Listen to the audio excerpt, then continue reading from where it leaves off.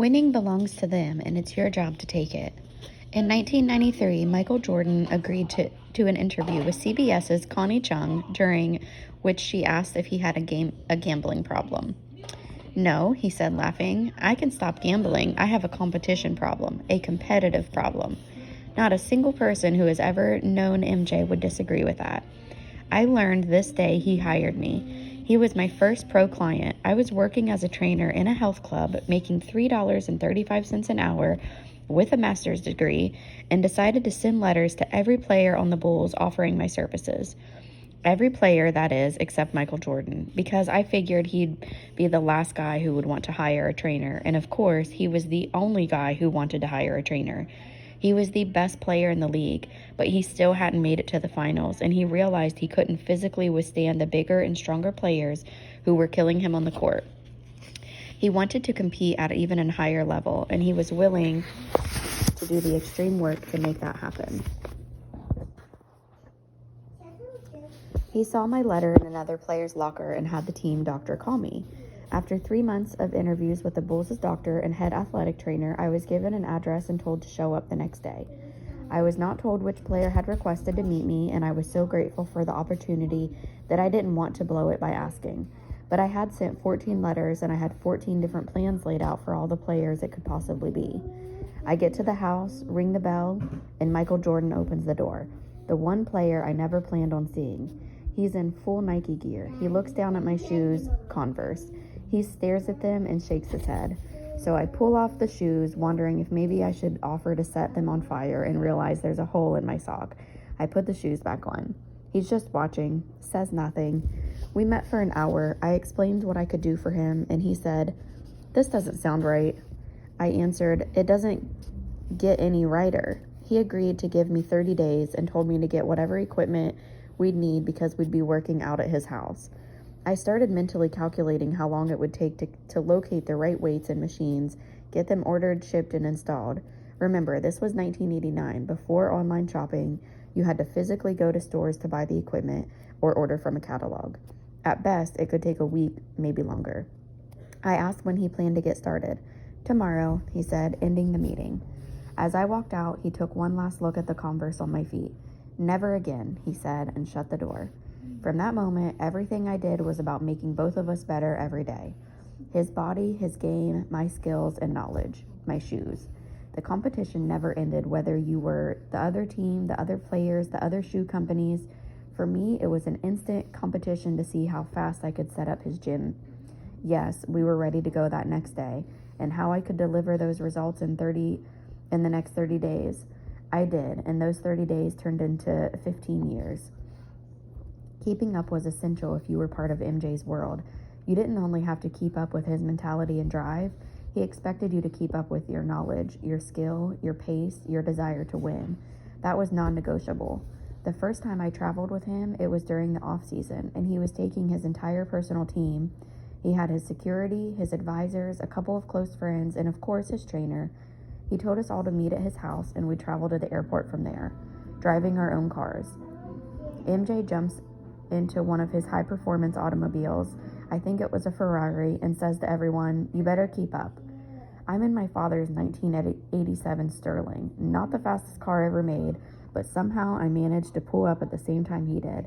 There was no way I was going to fall behind. I drove on the shoulder, ran on and off exit ramps, anything I could do to keep him in my sights. I don't recommend this, I'm just telling you what happened. Everyone else was 5 minutes late, and of course, he let them hear about it. When they pointed out that no one could keep up with him on the road, he pointed at me and said, "Timmy kept up." Note to readers, don't ever call me Timmy. No one else gets to do that. Keep up. That was his directive for everyone around him and everything he did. He never had to say it, but we all knew. We don't compromise, we don't take shortcuts, and we don't make excuses. Keep up with me and my standards, or you're out. I could tell you hundreds of stories about his competitive nature, his relentless drive to win at everything, over and over. You can find thousands of videos and books and historians who will tell you that they witnessed over the years as he pursued victory in everything. But this is one of my favorite examples, probably because no one else knows it. During the Jordan Bulls era, my Chicago gym was packed every summer with dozens of elite competitors who came from all over the world for one thing: our legendary pickup games. We'd have dozens of NBA All-Stars and future All-Stars, rookies, and NBA refs playing on all 4 courts. They'd work out with us, get some training and coaching, and whatever else they needed. But the main attraction was the opportunity to get on the court with MJ. One very hot, steamy day, we had a new guy who was trying extremely hard to impress everyone, especially Michael. He gets a little overheated and collapses in the middle of a game right on the floor. Apparently, he'd had about 5 Red Bulls, and now he's having a seizure. He's foaming at the mouth, sweating profusely, and I can't find a pulse. We call 911, clear the court, and I'm giving him CPR while we wait for an ambulance.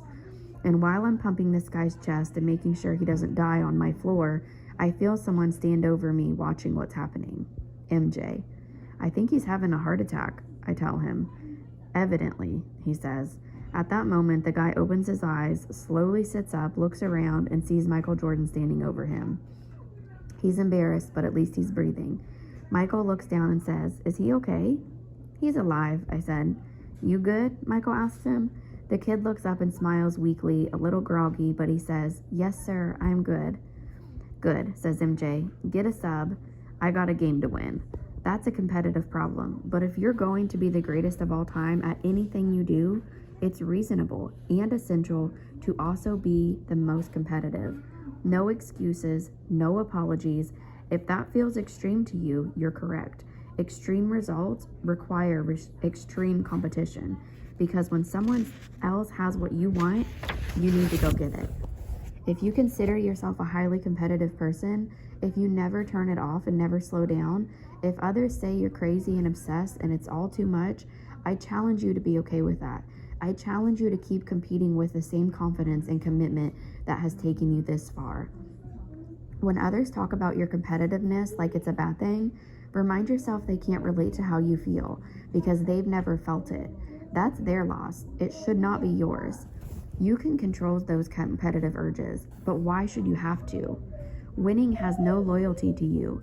No matter how long you've battled to become a winner, it takes one split second to become a loser. I know that's a hard reality for a lot of people. They work so hard to get somewhere, and in an instant, it's gone. They gave it up, or more likely, someone took it. These are the people who won something once and never won anything again because they were so consistent and overwhelmed by their one big win that they stopped competing for anything else. They still talk about their high school football championship or the car they won in the sales contest 7 years ago. Since then, nothing. Still talking. Then there are the winners who finally reached their goals, got the big house, 4 cars, flashy vacations, and thought it would last forever. It doesn't. Someone else watched what they did and did it better. Winning loves to watch someone else kill your dream. You had a great month? Good for you. See you in 30 days. Someone will be there winning. It might not be you. And there are also those who love to compete for anything, anytime, but without any real focus or objective. They love the chase, but don't invest the time or skills to catch what they're chasing. So they go after everything, and they never really get ahead in anything, but they're competitive. Make a note, being competitive and being a winner are not the same thing. Even at the highest level, you're a champion until someone else takes that title, and they almost always do. You don't get to keep it. You can keep the memory, a piece of hardware, a few souvenirs, but you can only be a winner when you're winning. As soon as you lose, you'll give it all back, and winning gives your seat to someone else. So if that matters to you, then you have to fight like hell to keep it, and never ever take 1 minute of it for granted. Great competitors appreciate the trophies and plaques and rings, but those aren't the souvenirs they remember most. They're more likely to recall the bloody scalps of their opponents, the lonely decisions and damaged relationship and divorce papers, the receipts from 300 nights a year on the road and phone messages they never returned. The rings are beautiful. The war is ugly. When you're competitive, you know you earned that ring, but it's not enough. Can you get another and another? Tom Brady, on which of his 7 Super Bowl rings is his favorite? The next one. Kobe was wired the same way. As I've said, even after the Lakers won 3 titles in a row in 2000, 2001, and 2002, on a team that included future Hall of Famer Shaquille O'Neal, all he heard was, Yeah, but he had Shaq. The loudest voice was in his own head. Can I do it without Shaq? He had to know, and he had to have more. That's how great competitors get to the next level. They look at what they've accomplished and can't rest until they've done it even better. 8 years later, after he'd won his 4th and 5th ring, both without Shaq, Kobe was asked in the post-game press conference what the 5th ring meant to him. He didn't talk about his legacy or his place in history or the hard work that went into earning those rings.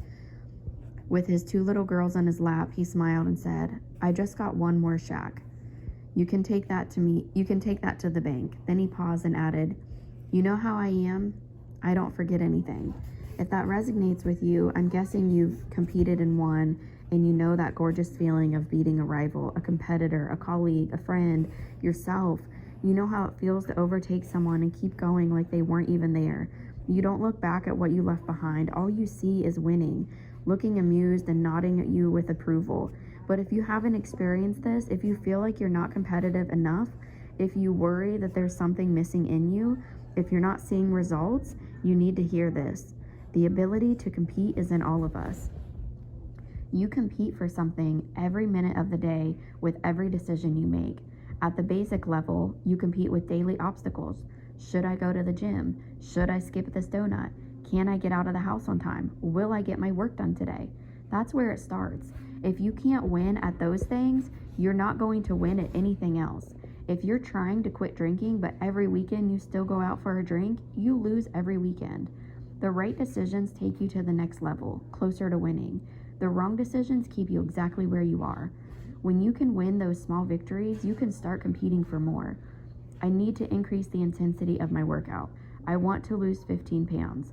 I'm going to get to the office early so I can get more done. I'm going to deliver more than I was asked to. Every day you need to compete at a higher level than the day before. Small decisions, little changes, new challenges, bigger ambitions. You're not going to take $1 million or build your empire or win a championship in one day. You're going to compete for it every day for an infinite days. That's how you become not just a competitor, but a true competitor. You get better every day for a long time, not accidentally, but intentionally. And you surround yourself with people who do the same. I'm not talking about your good friends or the cheerleaders who give everyone a woohoo and a fist bump on their text. I'm talking about rock solid allies you can always count on. Friends will tell you what you want to hear. Allies tell you what you need to hear. Allies elevate themselves to elevate everyone else.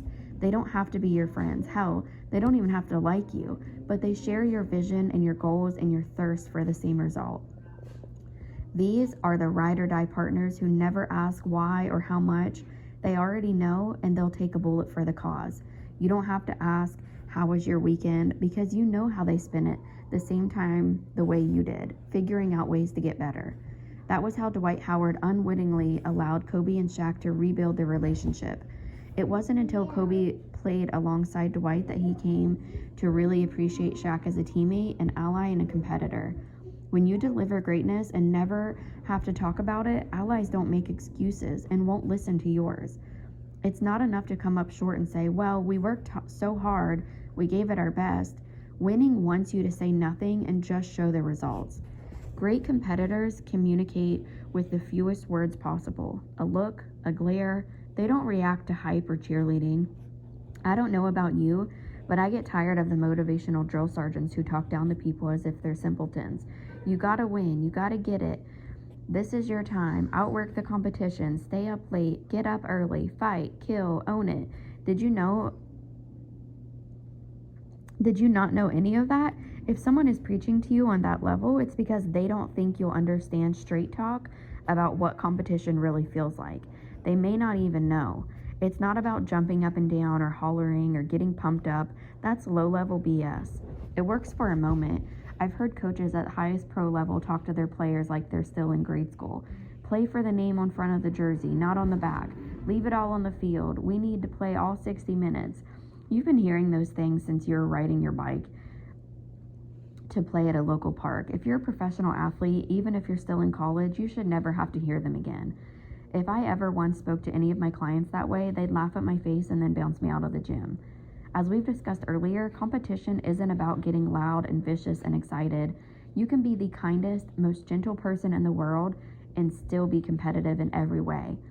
This is about quiet desire, hunger, adrenaline, pain, fatigue, envy, pressure, and so much pressure. We all know what it feels like to be hit by a wave of hunger and envy. When you see someone living your dream, enjoying what you want, some people say it makes them more competitive to watch someone else achieve the goals they'd set for themselves. If that works for you, let it work. But anger and jealousy are small-time, petty emotions. You have to convert them into action to create results. We waste so much time talking about how we're going to win that we forget the most important thing, actually winning. There's a big difference between hanging motivational slogans on your wall and actually doing what those slogans tell you. You can want it and outwork everyone, but unless you can deal with the obstacles and hurdles and setbacks, unless you have a plan for dominating the end result, you'll still be wanting it for a long, long time. Competition isn't just about the grind, it's about grinding for results. It's about doing work that actually works. Everyone talks about the grind, grinding it out, keep grinding. Well, you can grind and grind and grind. And what's left at the end? Dust. Grinding deforms, it deliberates. Excellence is about sculpting, creating something magnificent that wasn't there before by artfully changing its shape and form. When you sculpt, you strategically remove the parts you don't need, the elements that get in the way. It's the equivalent of not just working hard, but working smart. What are you creating? What's the shape you want it to take? We're all hardwired to win. It's basic survival. Take a bottle or pacifier from a baby, beat a little kid in a race or board game, give something to one child and not to his sister. Very few will just look the other way. We want what we want and we'll fight you to get it. You can see it in toddlers. What's the first thing they want when they don't win? They throw a block at your head, hit you with the hockey stick, storm off in a tantrum. No one likes to lose. It feels unnatural. Winning feels good. It feels like a right, like you deserve it. You're capable of having it. I hear from parents all the time who ask how to make their child more competitive. They're worried because their 5-year-old doesn't want to play baseball or chase the other kids around the playground.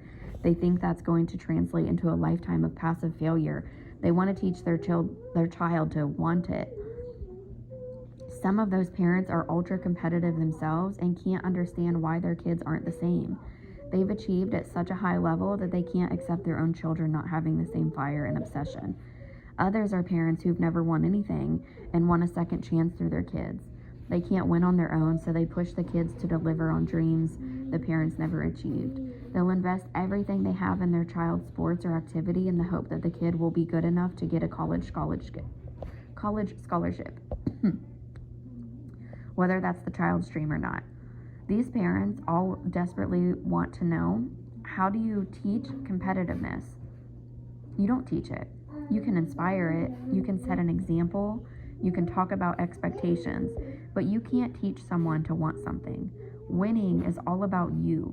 You can't compete. You can't feel that desire and focus and hunger for something you don't really want. You can't want it for someone else. It's the same false sense of motivation we discussed earlier, the sugar high. You can tell someone, let's go, over and over, but unless they know where they're going, it's a pointless trip. Those kids may not want the thing you're forcing them to pursue, hovering over them, trying to get them fired up. But just wait until they lose something they really want. You'll see the fire. True for kids, true for teammates, or the people on your staff. The drive to compete can only be as strong as the desire for the end result. When you lose the fire to fight for something, or if you never had it in the first place, it's because you don't really care about the outcome of the fight. Maybe you're doing it for someone else, or maybe you want so many different things you can't focus on just one. But when you find the thing you truly want to compete for, you'll fight with everything you have to own it, protect it, and keep it.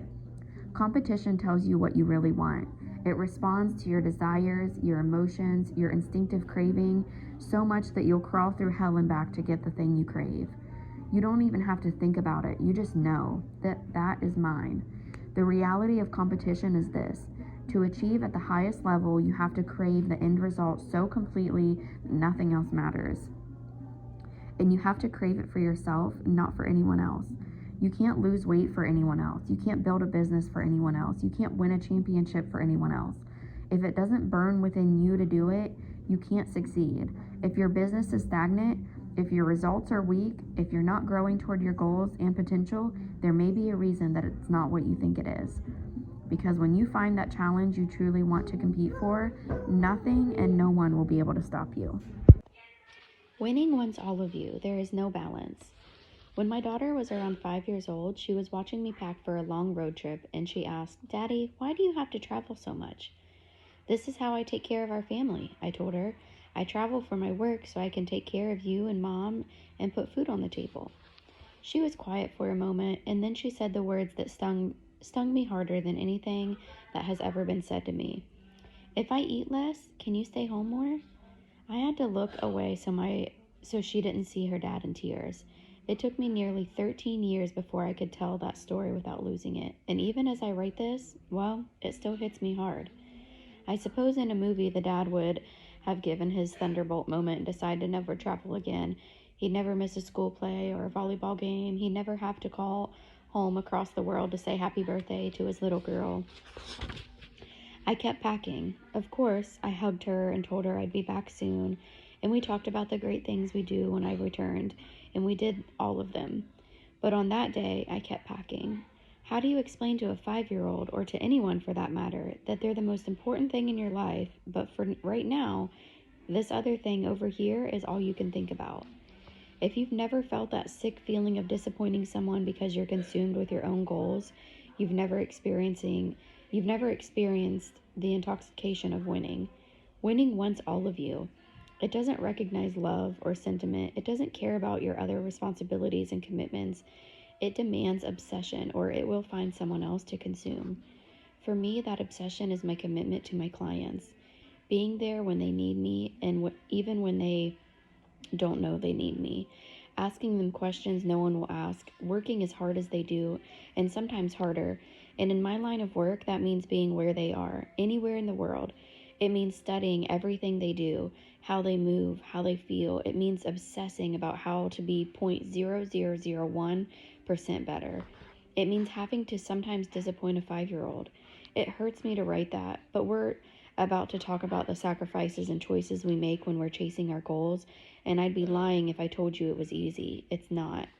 I have no problem admitting my work takes most of my time and focus and mental energy. This is who I am. It allows me to win and helps my clients win as well. It's up to you to determine how much you're willing to give up to catch what you're chasing. Your obsession might be your business or your sport or your talent. Maybe you're focused on losing weight or building your body or completing your education or managing your family. Whatever you're trying to accomplish, you know you can't do it without laser focus and total commitment to the end result. Is there a price to pay for that? Yes, absolutely.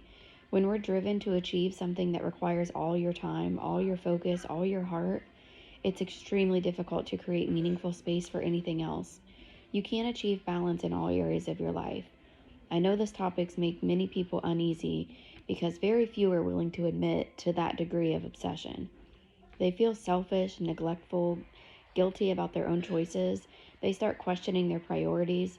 But the more you hide it, the more you pretend you can handle everything and have it all, the less chance you have of having anything at all. Anytime I bring this up, especially during a live speech to a big group, I'll have 2 or 3 people come up to me afterward privately during the Q&A session to confide in me about the lack of balance in their lives, like it's their dirty secret. They don't want anyone to know they're neglecting their families or their health or their other commitments. They know what others are saying behind their back and to their faces. Remember me? All you do is work. It's too much. You have no time for anything.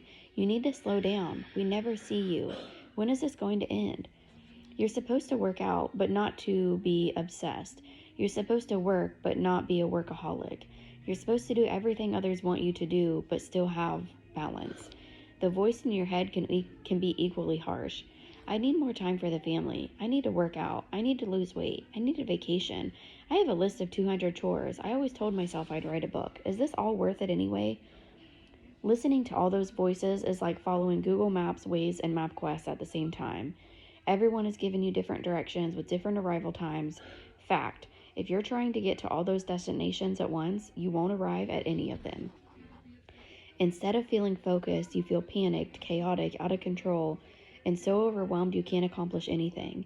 You're trying to put energy into everything and you feel like a total failure because you can't do it all, at least not successfully. You're distracted and angry and you blame everyone else for demanding so much of you and making this all so difficult. It feels like there's some invisible enemy holding you back and throwing immovable obstacles in your way. Hi. There's no invisible enemy. The enemy is you. It's as if you're trapped in a room cluttered with all the responsibilities and commitments you've been hoarding. You want to fill that room with your achievements and success, and instead it's a mess of broken promises. You plan to clean it up, get back in control, but the chaos is so overwhelming you can't even find the door.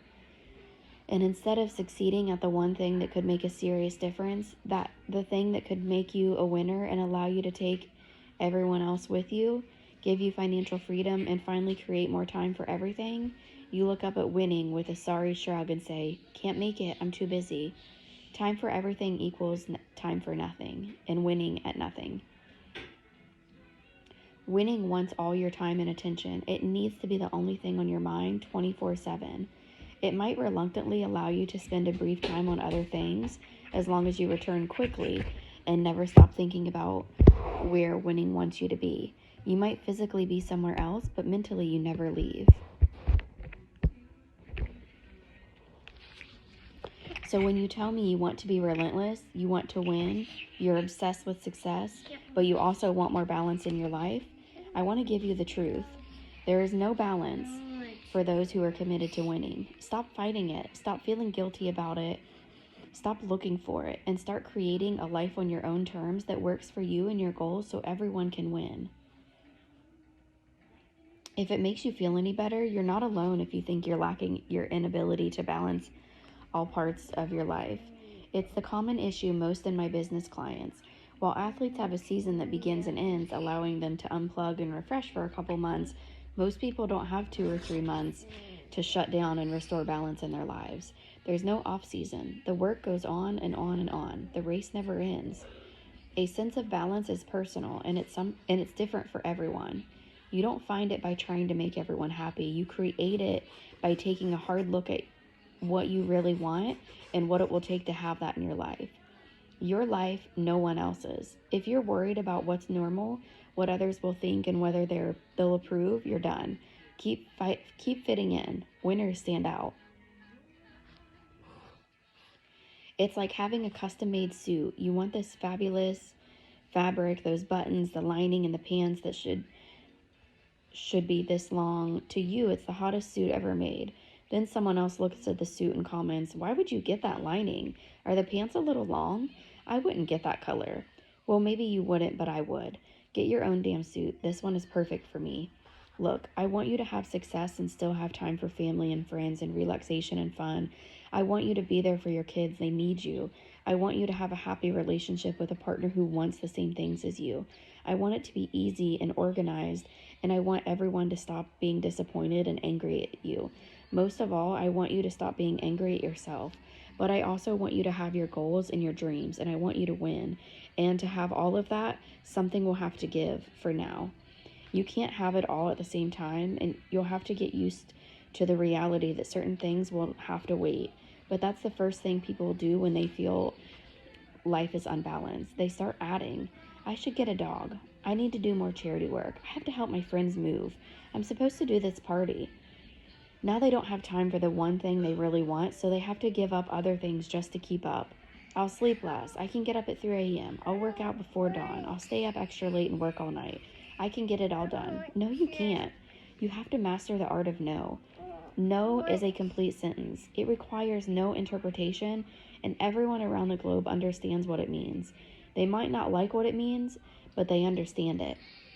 And every time you say yes, every time you say maybe or not right now when you really want to say no, winning rolls its eyes and looks at someone else.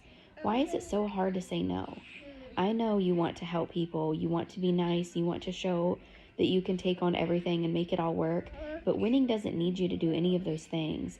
Winning needs you to win. I've had clients make a no list of things they are not going to do, a non-negotiable reminder of things that aren't a priority. Keep it in your phone, on your desk, tape it to the mirror, the refrigerator, and use it. Just making the list will give you a fresh perspective on what really matters and what's just cluttering up your schedule in your life. Stop adding, start deleting. Winning demands total focus. Everything and everyone doesn't merit equal time and attention. If you're going to have more time for what you want, you're going to have less time for the friends who need to fill you in on their daily life dramas, the group text with 30 people who think it's their job to entertain the group all day, the colleagues who love to have meetings that resolve nothing. It's important, they say. Not to me, you think. Delete? It is easier to climb a mountain with a weighted vest and a full pack, or just with the essentials. Instead of giving yourself more to do, start getting rid of everything that's dragging you down, everything you're doing to meet other people's expectations and demands. What, baby? Huh? Yes. I'll get you some, okay? Thank you. You're welcome. Those things have to go. Handle that, and you already have more time for the meaningful, important elements in your life. Family, kids, health, yourself. You want an exercise on how to delete what you don't need? Work on this. Everyone has the one muscle that's essential to focusing, prioritizing, and ultimately winning. You can't see it. You can't show it off under your clothes. It's eternal. The IDGAF muscle. The medically correct term is I don't give a fuck muscle. It's stronger in some people than in others, and it gets stronger the more you use it. This is the muscle you flex when you need to make critical decisions about your life and your priorities, when others are telling you what to do, judging your decisions, and distracting you from your mission. You can also use it on yourself when your fears and doubts are whispering or screaming that you're not good enough and you don't know what you're doing. I hear you, Flex, and I don't give a fuck. But you can't just say it. You have to take real action based on a real decision. The first few times you use your IDGAF muscle, it may feel weak and sore and easily fatigued, as with any muscle you don't use often. But when you use it regularly and train it appropriately, it becomes strong, fast, and responsive. And that elevates your ability to separate from the things and people you need to move away from. This muscle should never be used in anger or to make an emotional decision. This is about making a decision you've wanted to make for a long time, a decision you knew was right, but for whatever reason you didn't take action. You can use this muscle in almost every area of your life, but it's an especially powerful tool in the area of balance. This is the muscle that gives you freedom. I won't be at this event. I have another commitment. That doesn't work for me. Not going to do it. The IDGAF muscle is the power behind the delete button. Stop spending time you don't have on people you don't like, doing things you don't want to do. What do you want?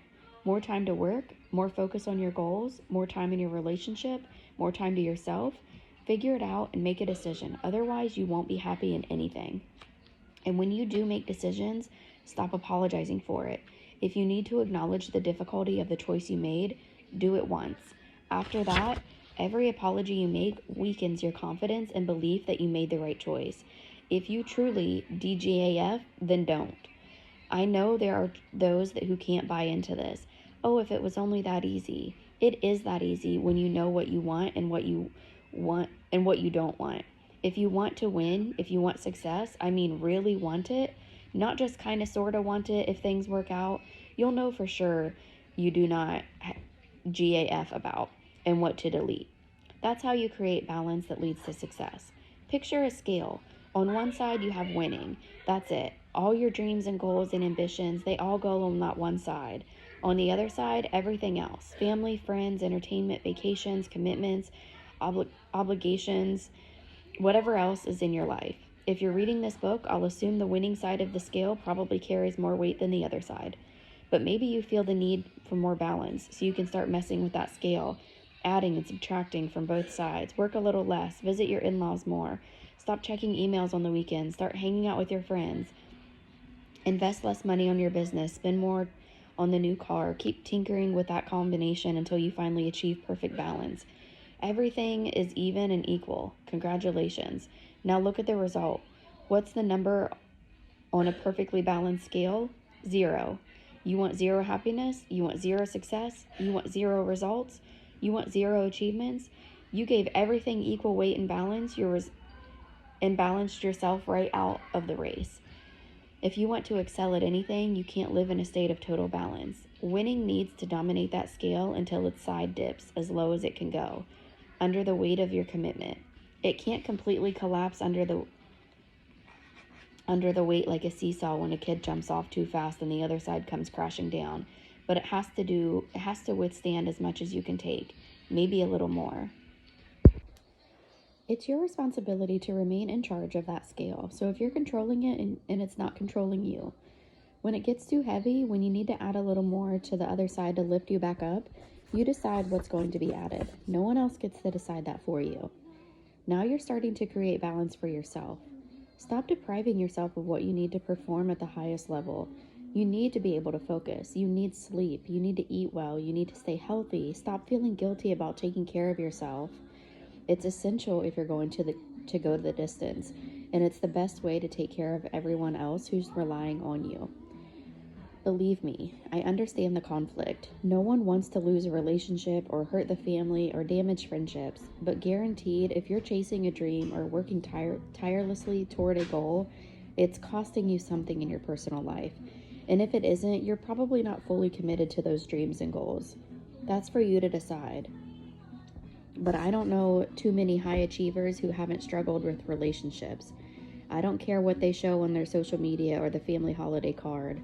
I know too many successful people who constantly flaunt a perfectly balanced family life when the complete opposite is true. Those who brag about balance the most usually have the least. It's a show, driven by guilt and regret. Don't fall for it. Believe what you know, not what you're allowed to see.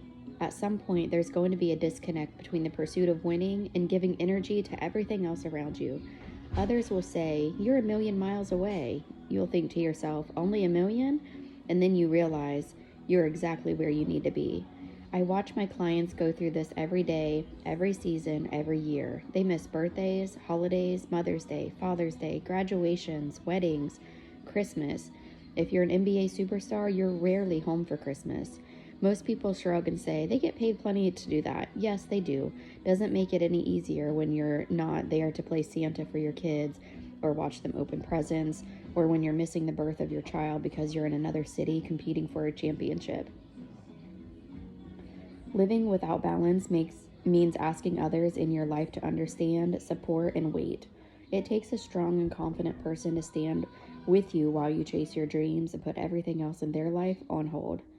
Someone who believes in you and what you're doing and understands that a win for you is a win for everyone in your circle. It takes someone as fucked up as you are. Great partners share your obsession and commitment. They don't think you're crazy, they know you're crazy, and that's what they love about you. You tell them your plans, and even if they don't completely understand where you're headed, they know you know exactly where you're headed.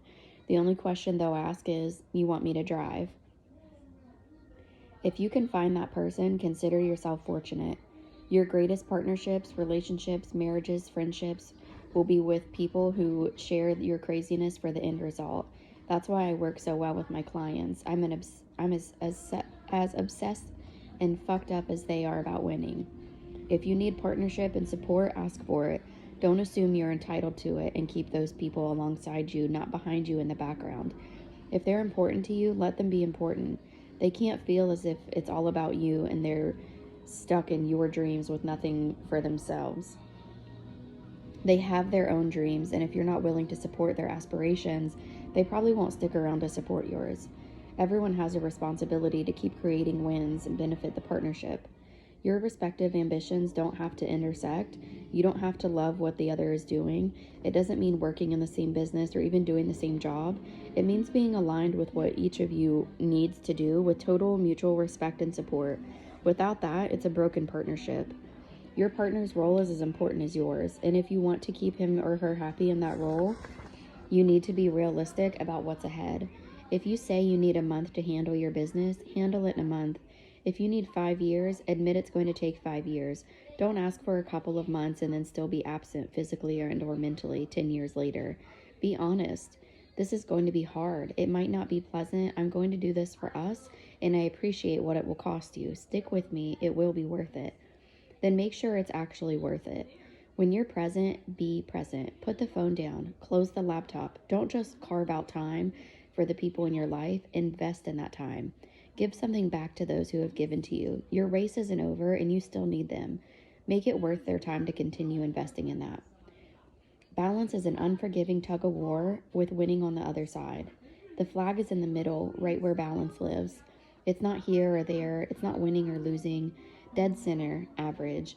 If you compete hard enough, you can pull winning over to your side. If you lose, winning drags you into the mud. Your objective is to fight like hell with everything you have, capture winning, and win the war. Ready? You manage to pull winning a little closer to you, and as soon as the flag moves off center, balance weakens. Good start, but you're not there yet. You dig in deeper and realize you're being pulled in the other direction, not by winning, but by other obligations. Gotta cut them loose. Now you can pull harder, with more determination. You want this badly, but you're distracted by other things and realize that for now, you have to block out everything but this competition. Total focus.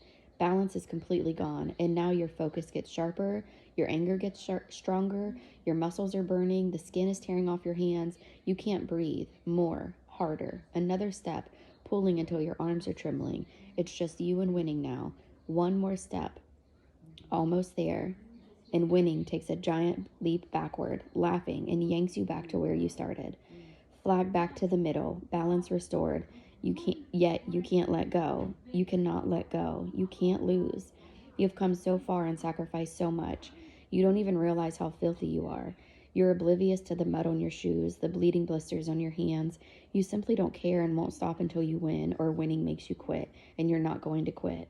Then you look around and realize no baggage, no distractions. It was just you fighting for yourself and everyone you care about, fighting for everything. For that time, you're not thinking about anything else. You're 100% invested in what you're doing, and everything else can wait. There is no balance here. You pick up that rope again, you get a towel and wipe the blood off your hands and make sure winning sees it. And then you keep going. The tug of war of winning continues. Or you can stay in the middle, perfectly balanced, and walk away. Back to safety, back to neutral. Not here or there, not forward or back, not up or down.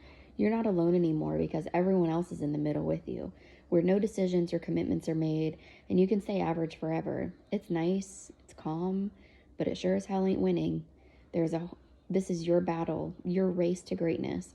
How you achieve it and whether you achieve it relies solely on your selfish ability to prioritize without regret.